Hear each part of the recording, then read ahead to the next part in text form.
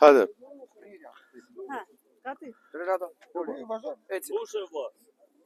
Përshëndes, po protestojmë për të gjitha dëmet që janë shkaktuar për shkak të përmbytjeve. Malli është i gjithë i pashitur, subvencionime s'kemi zero, vajta të premten, as edhe një lek nuk u shnedhur në llogari.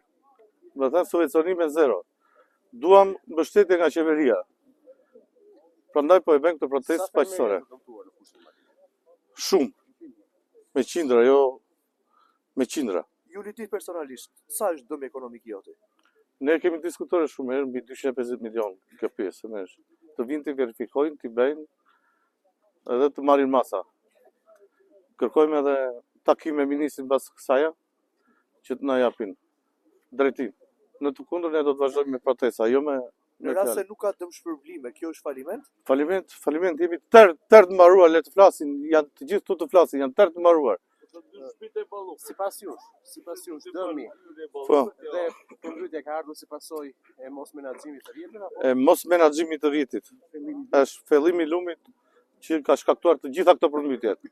Nëse do ishte fillimi, domethënë fillimi i lumit, gjithçka do ishte normal. Nuk do të përmbytjeve ju nuk do të merrni prodhim si vjet. Po ne humbur prodhimin. Na humbytur të gjithë. I gjithë malli ka ikur. Domethënë jemi në katastrofë. Çfarë kishin në vjet? Patate, qep, misër, grur, të gjitha nga këto, të gjitha janë në ujë, domethënë që janë të gjitha të kalbura. Ministri i Bujqësisë dje tha që i ftoi fermerët të flasin. Do i shkone? Po, jo, ne do e presim ministrin këtuja. Na vi këtu edhe do fshillemi 20 fermer e ta diskutojmë këtuja. Faleminderit.